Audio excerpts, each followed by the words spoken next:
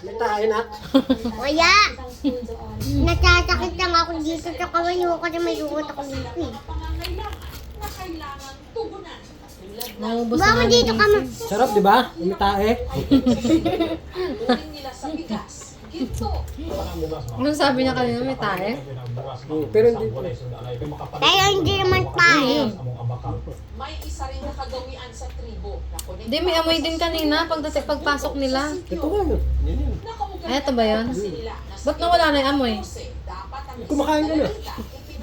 Ganun ba yun? na para ipakasal Ang dami ng buto!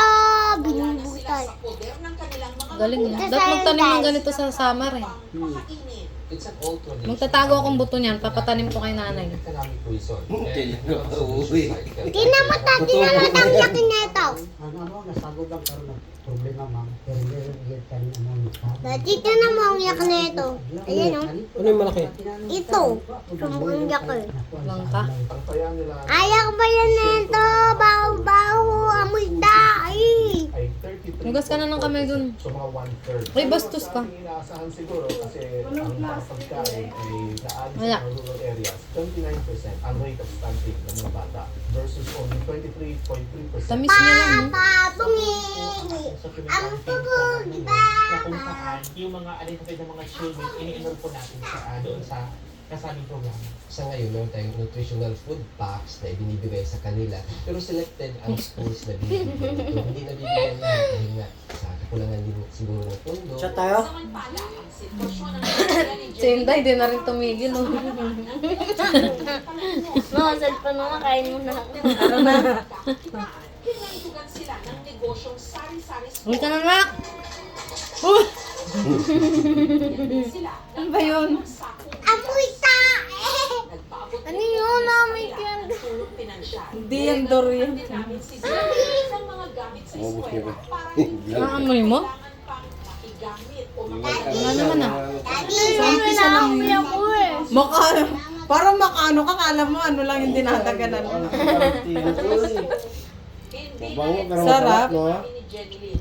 Ginugulay nga rin nila, te. Dahil binigyan na siya Wangit, ginugulay. Hindi yan ang ginugulay. Ano ba yun? Bunutan tayo dito, ma. Sa kanya, ang full scholarship grant po sa Colegio. Kol. Ang sarap. Na? No? Matamis siya, parang... Tamis siya eh.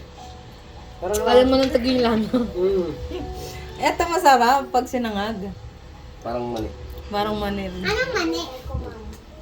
Parang mani, hindi ka nakain ng buto. Nakali ka na? Kanina pa kayo, sige halika na. Ay ka na, ay ka na. Wala na itong aabutan. Umuulan na eh. Hindi makasimula kasi siya na lang inaantay. Yung ilang peraso na nga lang silang magpa-party. Hindi pa Wala pa naman si makasimula. Silent. Wala ka yung buto niya ito. hindi nga nangabigay si Jenny Lynn kahit pa madalas kamote ang kanyang kinakain.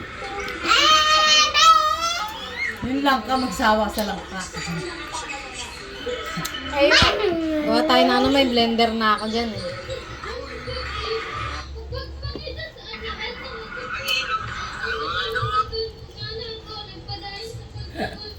Yung durian talaga. Yung durian, masarap siya pero hindi mo kaya yung amoy. Bibili na sana ako, kaya lang baka hindi mo makainin. Masarap talaga siya.